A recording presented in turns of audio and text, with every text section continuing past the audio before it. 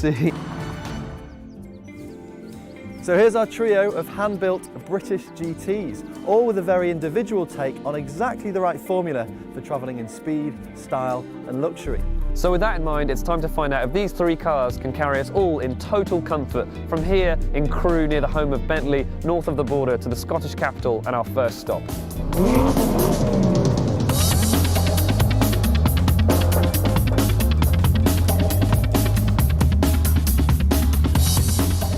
On our arrival into Edinburgh, we stopped for a quick discussion about which of our cars had performed best in our long-distance comfort test.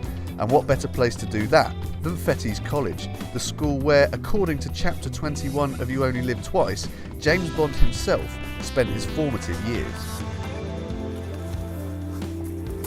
That was so much fun. It was really good. I'm pretty relaxed still though, I've got to be honest with you. I'm feeling fresh. What about you guys? I am absolutely peachy. I've had a nice little massage off my seat, cruise control's been on. Shirt's a bit crumpled, but other than that... Well, this thing's got heated seats as well, you know. I've been fresh as a daisy in that thing. Comfort test, a three-way tie. The only thing is, I have used a shed load of fuel in that thing. So have you guys got any ideas how we go about making some extra fuel money? I haven't actually had a thought about that, but I don't think you're going to like it. Oh, Paul, I hate it when he says this. No, it's a good idea. Come on, guys, it's going to be fine. Follow me. When you're living in uncertain and politically volatile times, putting your money in the right place becomes even more important, which is why we brought our shiny GTs here to the Royal Bank of Scotland HQ to see which of these cars is the soundest investment. Now, you don't exactly need the deductive powers of DCI Taggart to figure out that these cars are the preserve of the fabulously wealthy. Of course, if you can afford to buy one of these cars, then it's likely you can afford to buy all of them. And you probably will if the mood takes you. At that sort of money, these cars aren't only competing with each other, or even other cars for that matter, they're also competing with other major luxury investments. A chalet in Chamonix, a share in a racehorse, or even the first step on the property ladder for your eldest child. In the world of the wealthy, it could be literally anything. Of course, if you are wealthy enough to afford one, then you're probably wealthy enough to go nuts on the extensive options lists as well. But we reckon you need to set aside at least 15 grand at a bare minimum. There is some common ground among the three. Each allows you to specify carbon ceramic brakes, sports exhaust, and an audiophile's dream stereo, while inside, the cabin upgrades run the entire gamut, from traditional woods and leathers with names such as Strathmore and Balmoral, right through to high-gloss broken carbon. However, there are a few mad surprises for the most demanding of customers. For example, Aston Martin will let you put the engine bay, oil cap and dipstick in gold finish if you so choose. With the Bentley, its diamond-turned wheels of the Mulliner driving specification, which also includes quilted leather seats and alloy pedals, is a must-have. And with McLaren, if you choose to talk to their MSO Special Operations team, you can have every grey surface you see on the exterior covered in carbon fibre, from the front splitter to the side skirts and even the entire rear panel. Of course, it's also true that even the wealthiest folk don't stay wealthy for very long if they simply throw their money away. That's what separates the haves from the have-mores. That's why it's essential that the running costs aren't too crazy. Now, we're not talking about all that usual stuff that you and I worry about. Insurance costs are going to be similarly crazy across the board, and the differences in fuel economy are going to be so minute as to be completely irrelevant. It's the size of your tank that will determine how far you can go, not the efficiency of your engine. For the record though, it is the Bentley that holds the most super unleaded, and thus has the best touring range. From a pounds to pence perspective though, by far the biggest running cost will be depreciation. After all, any investment needs protecting. And on that note, the exclusivity of the Aston really does make its difference felt. After just 3 years, the Bentley will be worth just over 40% of its £150,000 list price, which is a similar drop in value to a high-spec 911 Turbo S, but nowhere near close to the almost 60% of the DB11. The upshot being an extra £16,645 in your pocket, or in other words, a Breitling watch and a Hermes Birkin bag. It's much more difficult to pin down how much you'll have left if you buy a McLaren, but with so much personalisation available, it really will depend on the spec you go for, but expect it to sit closer to the Aston than the Bentley. For a detailed breakdown of the other running costs, pause your video right now.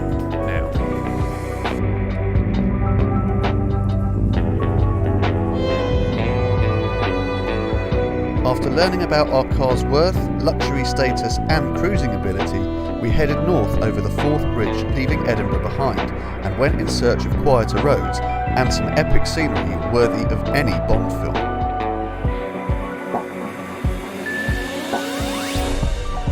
Truth is, you don't need to travel to the ends of the earth to find world-class driving roads.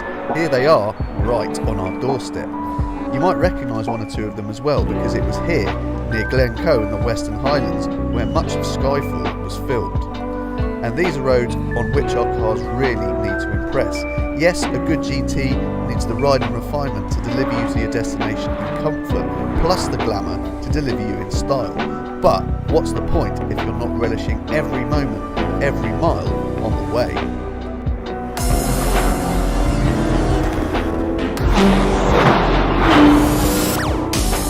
The valleys of Glencoe and Glenateeve provide vast stretches of winding open road that were made for cars like these. But the best way to find out more about our own cars was of course to swap and compare with the other two. So changes and fights over keys were frequent.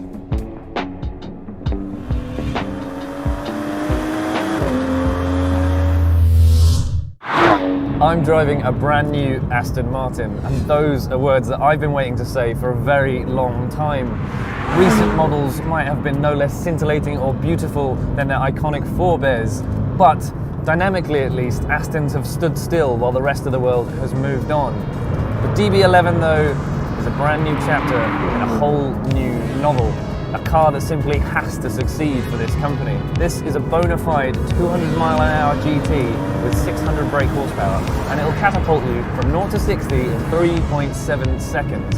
And on the road, it feels every bit as fast and rabid as those figures suggest. It growls tunefully at low speeds, but then builds into this full-chested bellow at the higher reaches of the rev range. All that performance and rear-wheel drive does make it a bit of a handful though, and because there's such a wall of torque from the turbochargers in the mid-range, you can break traction pretty much at will, sometimes unintentionally. It is a little intimidating at first, but after a while you do start to find your rhythm. The lighter, stiffer chassis and this quick, surprisingly feelsome electromechanical steering means you can stay on top of most of the wayward behaviour. It takes a while to really gel with the controls too, but eventually it all starts pulling together and you learn to just steadily meter out that throttle so you don't throw the rear end all over the road. However, it isn't perfect, and the main thing is that when you're not driving like your hair's on fire, the ride is on the hard and brittle side for a GT. We'd probably stay away from the stiffest settings on those Bilstein adaptive dampers unless you're on the smoothest of surfaces.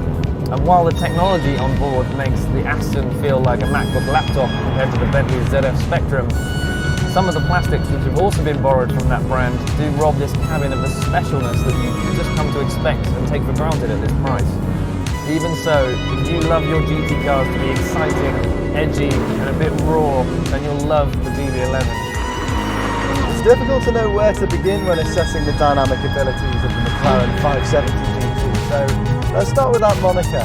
The numbers 570 representing 570 PS, or in our world, 562 brake horsepower, and GT meaning Grand Tourer.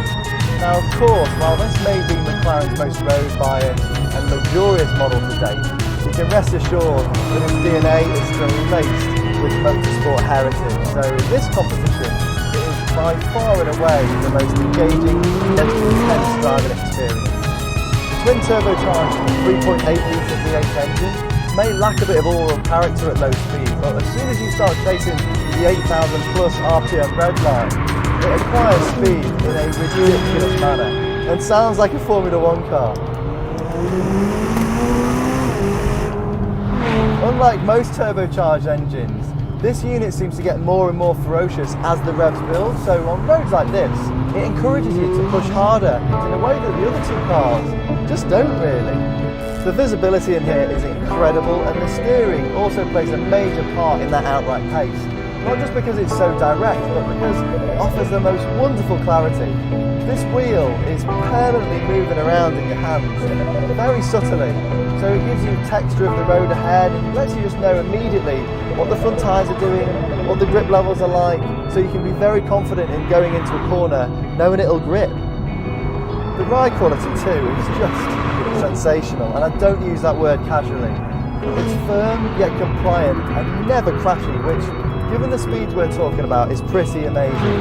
It's more comfortable and composed than the Aston Martin, yet not as cosseted as the Bentley, because on sharper bumps, this carbon fibre tongue can tend to thump on occasion. I know this may look like a bit of a wild card in this contest, but you'll be surprised just how user-friendly and usable this thing is as an everyday proposition.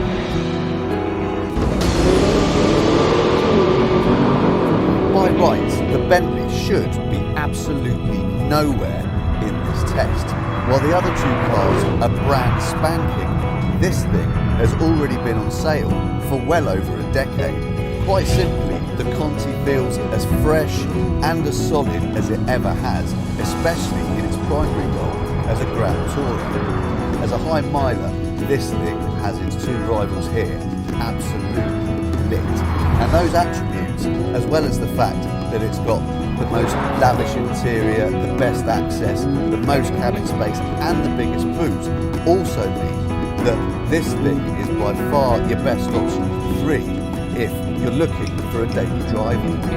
Even more impressive than all that though is the fact that the Continental GT can still more than hold its own on roads like these. Now granted, it is by far and away the biggest, heaviest car here, and you can certainly feel that, especially in tighter corners and when you're hard on the brakes. After all, physics always wins in the end. But while it will never be as agile as the other two cars, it still changes direction with incredible precision and poise for such a big car. The compliance in that air suspension helps keep the tyres in contact with the road, and the body control of this thing is really very impressive. However, the really crucial bit is the grip and the traction you get from the Bentley's four-wheel drive. Yes, the two rear-drive rivals feel a bit like they're dancing along the road on their tippy toes, being delicate and adjustable. The Bentley, meanwhile, feels like it's marching along in its hobnail boot, never missing a beat, never getting flustered, never feeling anything less than completely and utterly assured, thanks to an absolute shed load of torque and a very effective 8-speed automatic gearbox. You'll be slingshot up the road at a rate that will surprise and delight in equal measure. If you're feeling really naughty, you can turn this engine into an absolute nutcase. If you keep those revs upwards of 4,000 RPM and then lift off the throttle, you are treated to one of the best noises anywhere in motoring.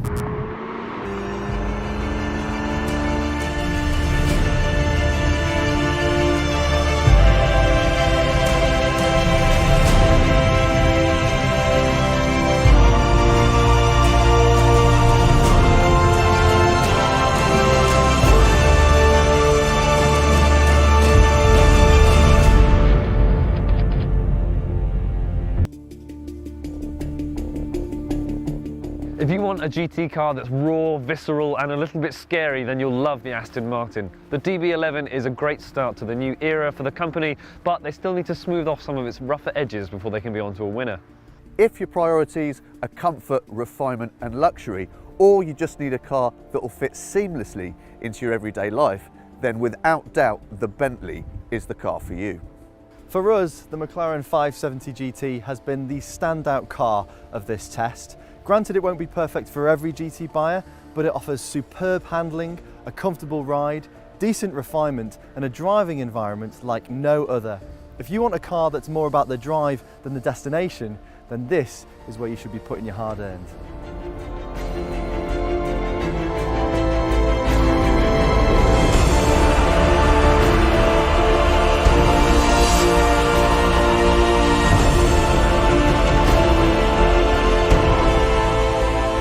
Thank you for watching our epic Grand Tour. We hope you enjoyed it as much as we had fun making it. If you want to watch more of our cool videos, including the Hot Hatch Mega Test, you can click these buttons on the right here.